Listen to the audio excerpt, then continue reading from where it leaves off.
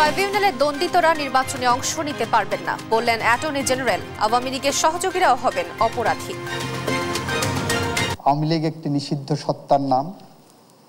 এই নিষিদ্ধ সত্তার সাথে প্রত্যক্ষ বা পরোক্ষভাবে যদি কেউ ভূমিকা পালন করে তাকে যথাযথভাবে আইনের আওতায় আনার যথেষ্ট সুযোগ আছে এবং আনা হবে।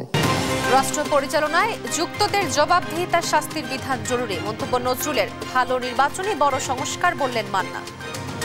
মৌলিক সংস্কার ছাড়া নির্বাচনে যাবে না জামায়াত বললেন ডাক্তার শফিকুর রহমান। ফ্যাসিবাদ রুখতে সবাইকে প্রস্তুত থাকার আহ্বান। ফ্যাসিবাদের বিরুদ্ধে আমাদেরকে কঠোর প্রতিরোধ গড়ে তুলতে হবে।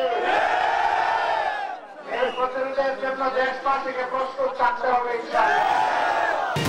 জুলাই সনদের মাধ্যমে শহীদদের মর্যাদার প্রতিষ্ঠা করা হবে বগুড়ায় নাহিদ ইসলাম। গণহত্যা দ্রুত বিচার দাবি শহীদ পরিবারের। কুমিল্লার মুরাদনগরে একই পরিবারের ৩ জনকে পিটিয়ে হত্যার ঘটনায় ৬৩ জনের বিরুদ্ধে মামলায় পর্যন্ত ৮ আসামি গ্রেফতার। আকস্মিক বন্যার কবলে যুক্তরাষ্ট্রের টেক্সাস। পানির নিচে ১৪টি কাউন্টি, অন্তত ২৪ জনের প্রাণহানি, সর্বোচ্চ সহায়তার ঘোষণা। এবং শ্রীলঙ্কার বিপক্ষে দ্বিতীয় ওয়ানডেতে দুপুরে প্রেমাদাস্তায় মাঠে নামছেন মিরাজরা। সিরিজ বাঁচাতে জয়ের বিকল্প ভাবছে না বাংলাদেশ। দেখছিলেন শিরোনাম সংবাদ দুপুরে, আপনাদের সঙ্গে আছি আমি তোয়া আফরোজ। এবার বিস্তারিত। আন্তর্জাতিক অপরাধ ট্রাইব্যুনালে দণ্ডিতরা নির্বাচনে অংশ নিতে পারবেন না বলে জানিয়েছেন অ্যাটর্নি জেনারেল মোহাম্মদ আসাদুজ্জামান। বলেন, আওয়ামী লীগ এখন নিষিদ্ধ। প্রত্যক্ষ বা পরোক্ষভাবে যারা তাদের সহযোগিতা করেছে তারাও অপরাধী হিসাবে বিবেচিত হবে। ডিবেট ফর ডেমোক্রেসির বিতর্ক অনুষ্ঠানে এসব কথা জানান তিনি। তৌফিক মাহমুদ মুন্না রিপোর্ট।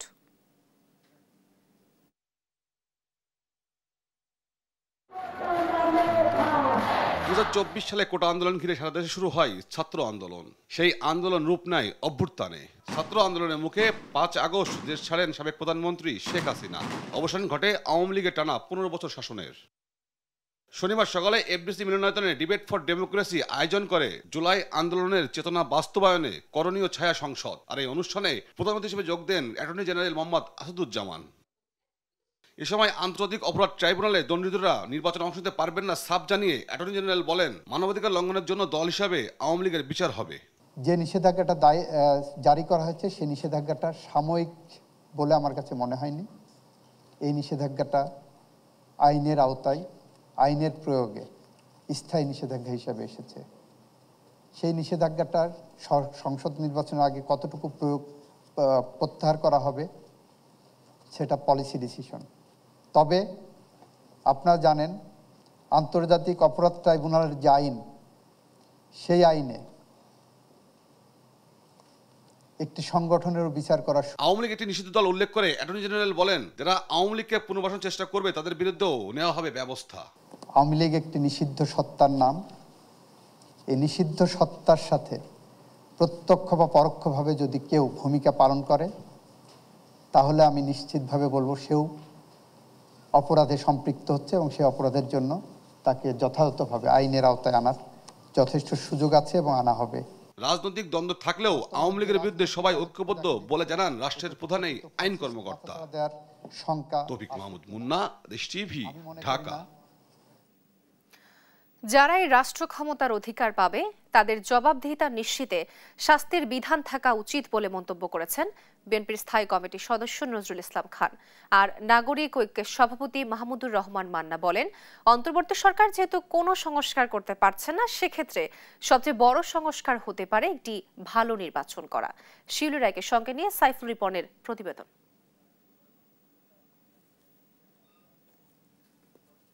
দর্শক, এই মুহূর্তে এই প্রতিবেদনটি আমাদের হাতে এসে পৌঁছায়নি। পরবর্তীতে আমরা এই প্রতিবেদনটি আপনাদেরকে দেখাতে পারবো। যেন নির্বাচন নয়, ফ্যাসিবাদের বিরুদ্ধে প্রস্তুত থাকতে হবে বলে মন্তব্য করেছেন জামায়াতের ইসলামের আমির ডাক্তার শফিকুর রহমান। শনিবার ফেনীতে রুকন সমাবেশে যোগ দিতে যাওয়ার পথে কুমিল্লার পদুয়ার বাজারে এক পথসভায় কথা বলেন তিনি। জানান, নতুন পুরাতন যেই হোক, ফ্যাসিবাদের বিরুদ্ধে কঠোর প্রতিরোধ গড়ে তুলতে হবে। শহীদদের রক্তের সঙ্গে কোনো বেইমানি করা যাবে না। বর্তমান রাজনৈতিক পরিস্থিতির প্রসঙ্গে তিনি বলেন, দেশে কয়েকটি রাজনৈতিক দলের দখল ও লুটপাট চলছে। তাদের সতর্ক না হলে জনগণই রাস্তায় নেমে জবাব দেবে।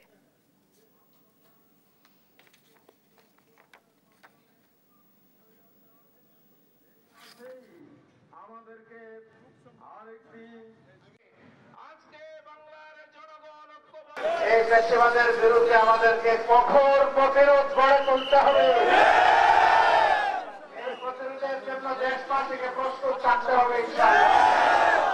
বিশেষ করে যে যুবকরা মুক্তি দিয়ে, রক্ত দিয়ে, জীবন দিয়ে আমাদের কাছে বাংলাদেশকে আমানত রেখে গিয়েছে, আমরা সেই রক্তের সাথে কাউকে বেইমানি করতে যাব না। দর্শক, যেমনটি জানাচ্ছিলাম, যারা এই রাষ্ট্র ক্ষমতার অধিকার পাবে তাদের জবাবদিহিতা নিশ্চিতে শাস্তির বিধান থাকা উচিত বলে মন্তব্য করেছেন বিএনপির স্থায়ী কমিটির সদস্য নজরুল ইসলাম খান। আর নাগরিক ঐক্যের সভাপতি মাহমুদুর রহমান মান্না বলেন, অন্তর্বর্তী সরকার যেহেতু কোনো সংস্কার করতে পারছে না, সেক্ষেত্রে সবচেয়ে বড় সংস্কার হতে পারে একটি ভালো নির্বাচন করা। শিউলি রায়কে সঙ্গে নিয়ে সাইফুল রিপনের প্রতিবেদন। ঢাকা রিপোর্টার্স ইউনিটিতে সাইবার সুরক্ষা অধ্যাদেশ 2025 কতটুকু সুরক্ষা দেয় শীর্ষক সেমিনার আয়োজন করে নাগরিক ঐক্য। এক বছরে দেশের আইন শৃঙ্খলা পরিস্থিতির উন্নতি না হওয়ায় অন্তর্বর্তী সরকারের সমালোচনা করেন নাগরিক ঐক্যের সভাপতি মাহমুদুর রহমান মান্না। বলেন, সরকারের সবচেয়ে বড় সংস্কার হতে পারে একটি ভালো নির্বাচন। ঐক্যমত্য না হলে প্রফেসর ইউনুস বলেছেন কোনো কিছু আমি চাপিয়ে দেব না। সো এনিওয়ান যদি বলে no I don't support this, তার মানে ওইটা কার্যকরী করা যাবে না। এই পরিস্থিতিতেই যখন রেখেছেন, তখন সবচাইতে বড় সংস্কার কোনটা বলেন তো?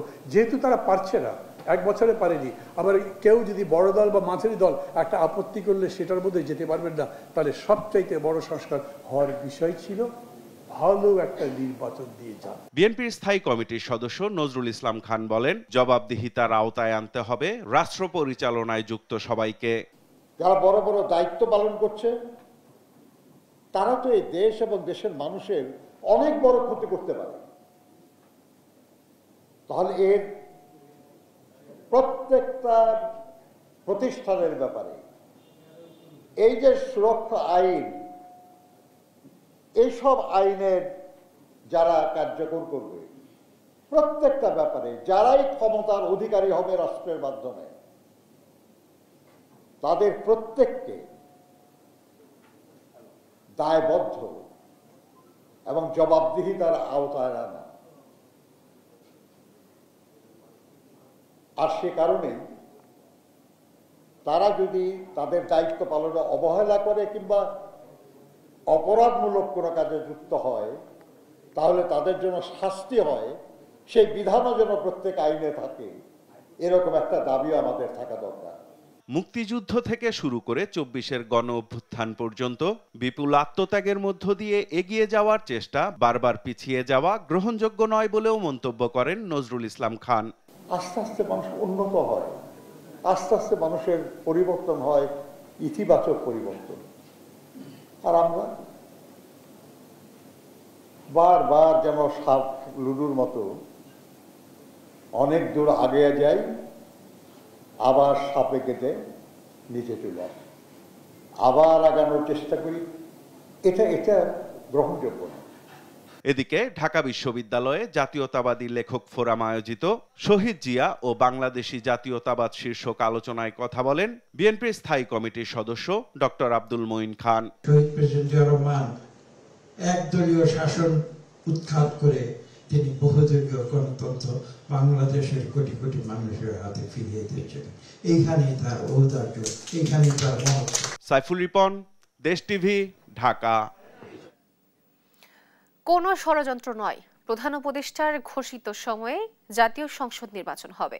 নির্বাচনের জন্য অন্তর্বর্তী সরকার প্রতিশ্রুতিবদ্ধ, এমনটাই জানালেন ধর্ম উপদেষ্টা ডক্টর আ.ফ.ম. খালিদ হোসেন। শনিবার সকালে বান্দরবান মডেল মসজিদ ও ইসলামিক সাংস্কৃতিক কেন্দ্রের ভিত্তি ফলক উন্মোচনকালে একথা বলেন তিনি।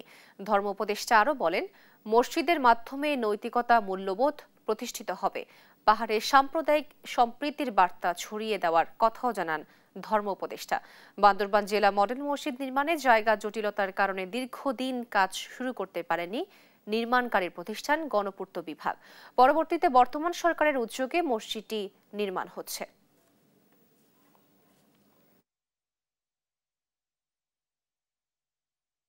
প্রধান উপদেষ্টা ইতিমধ্যে ঘোষণা দিয়েছেন, যে ঘোষণা তিনি দিয়েছেন সেই ঘোষণা অনুযায়ী নির্বাচন হবে। আমরা নির্বাচন করার জন্য প্রতিশ্রুতিবদ্ধ এবং যখনই সরকার ঘোষণা করবে তখনই নির্বাচন অনুষ্ঠিত হবে। বগুড়ায় পদযাত্রা শুরুর আগে শহীদ পরিবারের সঙ্গে আবেগঘন সাক্ষাৎ করেছেন জাতীয় নাগরিক পার্টি নেতারা। শহীদ পরিবারের সদস্যদের চোখের জল আর বিচার চাওয়ার আহ্বানে ভারী হয়ে ওঠে পুরো পরিবেশ। জুলাই সনদের মাধ্যমে শহীদদের মর্যাদা ও আত্মত্যাগ নিশ্চিত করা হবে বলে জানান নাহিদ ইসলাম। সহকর্মী সঞ্জু রায়ের পাঠানো তথ্য ছবিতে জানাচ্ছেন অঙ্কন চৌধুরী। শনিবার সকাল 10টায় বগুড়া শহরের পর্যটন মোটেলের শহীদ পরিবারের সঙ্গে সাক্ষাতের আয়োজন করা হয়। গণ অভ্যুত্থানের অন্যতম নেতা নাহিদ ইসলামকে কাছে পেয়ে কান্নায় ভেঙে পড়েন শহীদ পরিবারের সদস্যরা। এই সময় তারা জুলাই আগস্টের গণ অভ্যুত্থানে নিহতদের হত্যাকাণ্ডের দ্রুত বিচারের দাবি করেন। শহীদদের প্রতি শ্রদ্ধা জানিয়ে নাহিদ ইসলাম বলেন, জুলাই সনদের মাধ্যমে শহীদদের মর্যাদা ও আত্মত্যাগ নিশ্চিত করা হবে। যে জুলাই ঘোষণাপত্রে শহীদদের মর্যাদার কথা থাকবে, এই পরিবারগুলোর কথা থাকবে এবং সেটা সংবিধানে যুক্ত করা হবে। তিনি আরো বলেন, শেখ হাসিনা সহ আওয়ামী লীগ ও পুলিশের যারা ছাত্র জনতার উপর গুলি চালিয়েছিলেন তাদের বিচারও নিশ্চিত করা হবে। পাশাপাশি জুলাই ঘোষণাপত্রের মাধ্যমে দেশের কাঙ্ক্ষিত সংস্কার আনার প্রতিশ্রুতি দেন তিনি। কারণ এখনো স্বৈরাচারের দোসররা বিভিন্ন জায়গায় আছে, আবার অনেকে স্বৈরাচারের সেই ফ্যাসিস্ট লোকদেরকে আবার পুনর্বাসনেও সহায়তা করতেছে। কিন্তু যা কিছু হয়ে যাক, আমরা অবশ্যই এই যে যারা গণহত্যা করছে, গুলি করে হত্যা করছে, আমরা তাদের বিচার নিশ্চিত করব। এই বাংলার মাটিতেই শেখ হাসিনা সহ আওয়ামী লীগ এবং যে সকল পুলিশরা গুলি চালায় আমাদের ভাইদের মারছে, বোনদের মারছে, আমরা তার বিচার নিশ্চিত করব।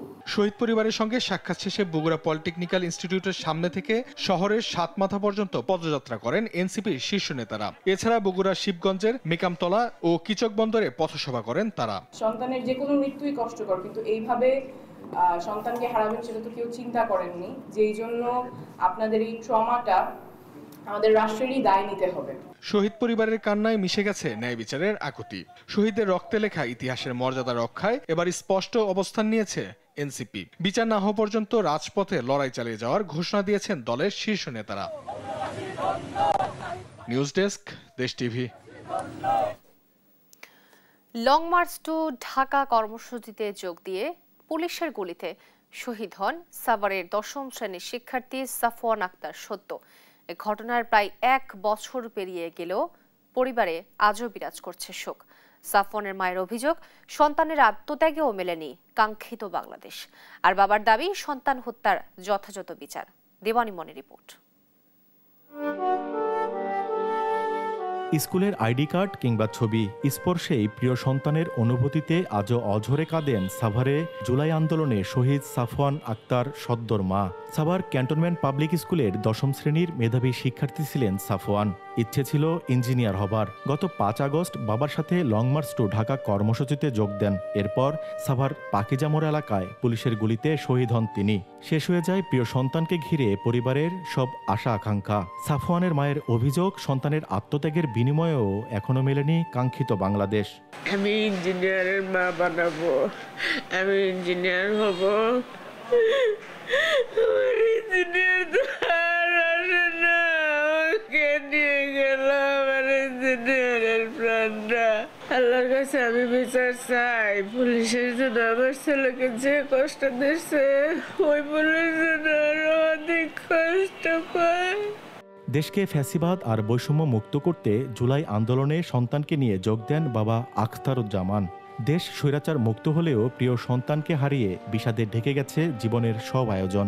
যাদের বুলেট কেড়ে নিয়েছে সন্তানের তাজা প্রাণ, এখন সেই ঘাতকদের যথাযথ বিচার দাবি সাফওয়ানের বাবার। সরকার উদ্যোগ নিচ্ছে বটে, আমরা এই উদ্যোগে আসলে সন্তুষ্ট না। সরকারের দৃশ্যমান কোনো বিচার আমরা দেখতে পারছি না, যেহেতু 1 বছর হয়ে যাচ্ছে প্রায়। 2 ভাই বোনের মধ্যে বয়সে ছোট সাফওয়ান, আর বড় বোন আতকিয়া জামান তিসমা শ্রবণ প্রতিবন্ধী। ভাইয়ের প্রতি বোন তিসমার যে অগাধ ভালোবাসা, মুখ ফুটে তা বলতে না পারলেও বুক ফাটায় আর্তনাতি তা বুঝিয়ে দেয়।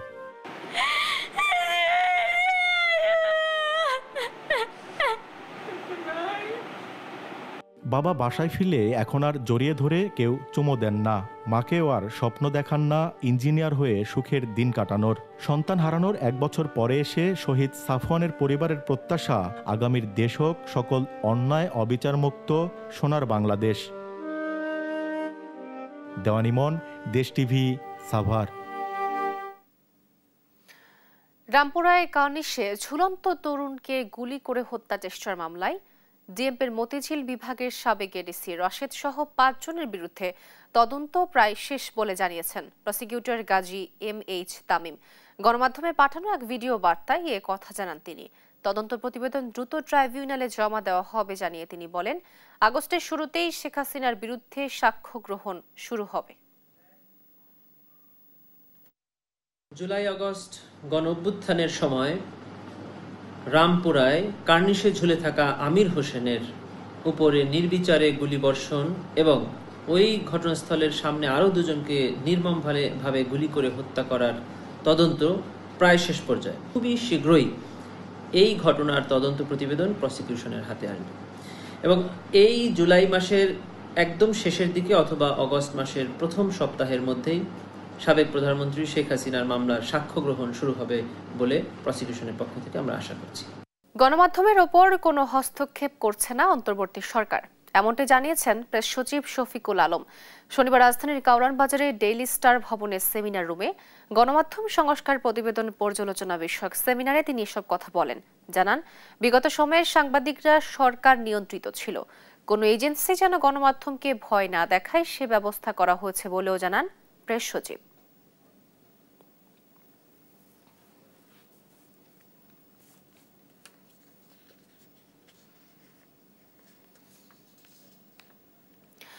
ডক্টর মোহাম্মদ ইউনূসের 3-0 তত্ত্ব মুসলিম বিশ্বকে আগামীতে উন্নয়ন, পরিবেশ ও কর্মদক্ষতা ও কর্মসংস্থানে ঐতিহাসিক ভূমিকা পালনের সক্ষম বলে মন্তব্য করেছেন পরিবেশ উপদেষ্টা সৈয়দা রেজওয়ানা হাসান। সকালে রাজধানীর একটি হোটেলে আন্তর্জাতিক সোশ্যাল বিজনেস সামিটে এ মন্তব্য করেন তিনি। রেজওয়ানা হাসান বলেন, বেকারত্ব হ্রাস, দারিদ্র্য দূরীকরণ ও কার্বন নিঃসরণ কমিয়ে আনতে মুসলিম দেশগুলোকে একত্রে কাজ করতে হবে। তরুণরাই পারে পরিবর্তন এনে সব বৈষম্য দূর করতে। সামিটে তুরস্কের যুব ও ক্রীড়া প্রতিমন্ত্রী ডক্টর হালিস ইউনুস এসরোস বলেন, ডক্টর ইউনুসের 3-0 তত্ত্ব ইতোমধ্যে তুরস্কের সামাজিক ব্যবসায় অনুসরণ করা হচ্ছে। বর্তমান সরকারের অধীনে একটি গ্রহণযোগ্য নির্বাচন হবে বলে আশাও জানান তিনি।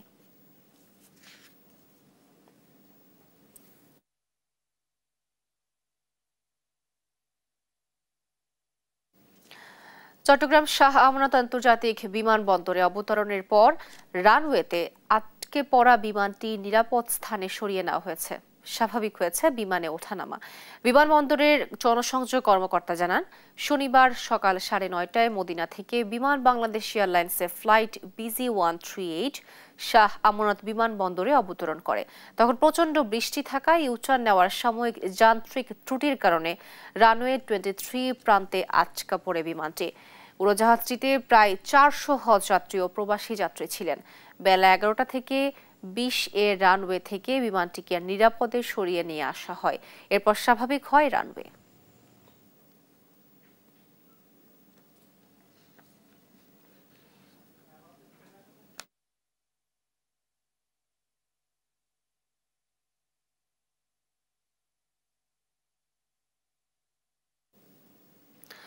কুমিল্লার মুরাদনগরের করাইবাড়ি গ্রামে একই পরিবারের 3 জনকে পিটিয়ে হত্যার ঘটনায় এ পর্যন্ত 8 জনকে গ্রেফতার করা হয়েছে। এর মধ্যে সেনাবাহিনীর অভিযানে গ্রেফতার হয়েছে 2 জন। শুক্রবার রাতে মুরাদনগরের আকবপুর এলাকা থেকে সবির আহমেদ ও নাজিম উদ্দিন বাবুলকে আটক করা হয়। এর আগে শুক্রবার রাতে এ ঘটনায় নিহত রুবি আক্তারের বড় মেয়ে রিক্তা আক্তার বাদী হয়ে 38 জনের নাম উল্লেখ সহ অজ্ঞাতনামা আরও 20-25 জনকে আসামি করে মামলা করেন। বাঙ্গরা থানার ওসি মাহফুজুর রহমান মামলার বিষয়টি নিশ্চিত করেছেন। গ্রেফতার 2 জনকে আদালতে পাঠানোর প্রক্রিয়া চলছে বলে জানিয়েছে পুলিশ।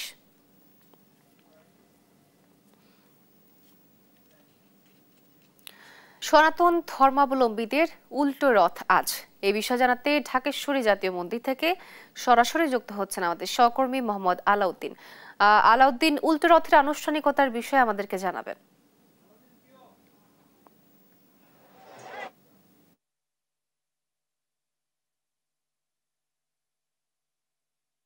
পাই যে আজ কিন্তু তাদের উল্টো রথযাত্রা হবে, অর্থাৎ শ্রী শ্রী জগন্নাথ দেবের যে রথযাত্রা শুরু হয়েছিল গেল 27 জুন, সেটি কিন্তু আজকে সমাপ্তি ঘটতে যাচ্ছে এবং উল্টো রথযাত্রার মাধ্যমে কিন্তু সমাপ্তি ঘটবে। আমি যদি একটু দেখাই আপনাকে, আপনারা দেখতে পাবেন যে ইতিমধ্যে স্বেচ্ছাসেবক যারা আছেন এবং রথযাত্রা যারা ইস্কন মন্দিরের যারা কর্মকর্তা কর্মচারীরা আছেন তারা কিন্তু ইতিমধ্যে শুরু করে দিয়েছেন রথের কার্যক্রম। বেলা 3টা নাগাদ তাদের এই রথযাত্রা শুরু হবে বলে তারা জানিয়েছেন এবং সেই সঙ্গে তারা যেমনটি বলছিলেন যে এখানে আজকে কিন্তু প্রাথমিক এবং গণশিক্ষা উপদেষ্টা ডাক্তার বিধান রঞ্জন পোদ্দারের কিন্তু এখানে আসার কথা ছিল না এবং তিনি এসে এখানকার রথযাত্রা উদযাপন করবেন এমনটি তিনি বলছিলেন তারা। এবং এখানে আজকে আমরা আরো যেমনটি জানতে পারি যে এখানে কিন্তু সনাতন ধর্মাবলম্বী যারা আছেন তারা সবাই কিন্তু এখানে এসেছেন এবং এখানে এসে এই রথযাত্রা স্বামীবাগে যে শেষ হবে এবং তারা এখানে এসে যেমনটি বলছিলেন যে তারা তাদের ভগবানের কাছে তাদের যা ইচ্ছা বা আকাঙ্ক্ষা আছেন তারা সেটি চাচ্ছিলেন। আমি যদি একটু কথা বলি, এখানে একজন দাদা আছেন, দাদা একটু আমাকে বলবেন যে দিদি আপনি আমাকে একটু বলেন যে আজকে এই রথযাত্রায় এসে আপনার ভগবানের কাছে কি চান? আসলে আমরা হিন্দু ধর্ম সবাই আসলে শান্তির ধর্ম, সবাই শান্তি চায়। আসলে ভগবানের কাছে একটাই চাওয়া যে আমরা সব ধর্ম মিলে যাতে শান্তিতে বসবাস করতে পারি, সবাই যাতে ভগবানের নাম গান করে এই দুনিয়া মানে পৃথিবীতে থেকে যেতে পারি, এটাই। ঠিক, আরেকজন দাদা আছেন, আমি দাদার কাছে জানতে চাইবো। দাদা আপনি আমাকে একটু বলবেন যে এই রথযাত্রায় এসে ভগবানের কাছে আপনারা কি চেয়েছেন? আমরা ভগবানের দর্শনে যাইতেছি, ভগবান যাই যাই করে সেটি সঠিক। আর আপনাদের পরবর্তী দেশকে কিভাবে চালিয়ে যেতে চান বা কিভাবে দেশের জন্য দেশের মঙ্গল কামনায় কি কি চান? আমাদের ভগবান যাই সেটিও সঠিক, আমরা কিছুই না। ভগবান যাই সেটি বলরাম যাই যেটা সেটি সঠিক। আর এর মাধ্যমে আপনাদের রথযাত্রা শেষ হচ্ছে, এই রথযাত্রার ব্যাপারে যদি একটু বলেন। আজকে শেষ, আজকে স্কুল মন্দিরে স্বামীবাগ। দিদি আপনি একটু বলবেন যে হচ্ছে আচ্ছা এদিকে আমরা দেখতে পাচ্ছি স্বেচ্ছাসেবক এবং ধর্মগুরু আছেন একজন। আপনি আমাকে একটু বলবেন যে আপনাদের এই যে রথযাত্রা আজকে শেষ হচ্ছে এই ব্যাপারে আমরা একটু সরাসরি যুক্ত আছি। কর্মকর্তা আছেন। আচ্ছা আপনি আমাকে একটু বলবেন যে আচ্ছা আমরা দেখতে পাচ্ছি একজন এখানে স্বেচ্ছাসেবক আছেন এবং ধর্মগুরু আছেন। আপনি আচ্ছা ঠিক আছে, তো আমরা কিন্তু কথা বলার চেষ্টা করছিলাম তাদের সাথে এবং তারা আমরা যেমনটি দেখতে পাই যে তারা কিন্তু এখানে আমরা কিন্তু দেখতে পাচ্ছিলাম যে তারা কিন্তু রথযাত্রার কার্যক্রম শেষ করছেন আজকের মাধ্যমে। এবং আমরা যদি এখন আমি যদি বলি যে এই মাধ্যমে কিন্তু এখানে আমরা দেখতে পেলাম যে এখানকার যারা সনাতন ধর্মাবলম্বী আছেন এবং সেই সঙ্গে ভক্তরা যারা আছেন তারা কিন্তু এই ঢাকেশ্বরী মন্দিরে এসে উপস্থিত হয়েছেন এবং সেই সময় শেষ সময়ের জন্য তারা এসে কিন্তু তাদের ভগবানের কাছে তাদের যত চাওয়া পাওয়া এবং দেশকে নিয়ে এবং তাদের পরিবার পরিজনকে নিয়ে সে চাওয়া পাওয়া তারা চাচ্ছেন। তো এই ছিল আমার কাছে ঢাকেশ্বরী মন্দির থেকে রথযাত্রার সর্বশেষ তোয়া। আলাউদ্দিন আপনাকে ধন্যবাদ। দর্শক, ঢাকেশ্বরী জাতীয় মন্দির থেকে বিস্তারিত খবরাখবর জানাচ্ছিলেন আমাদের সহকর্মী মোহাম্মদ আলাউদ্দিন।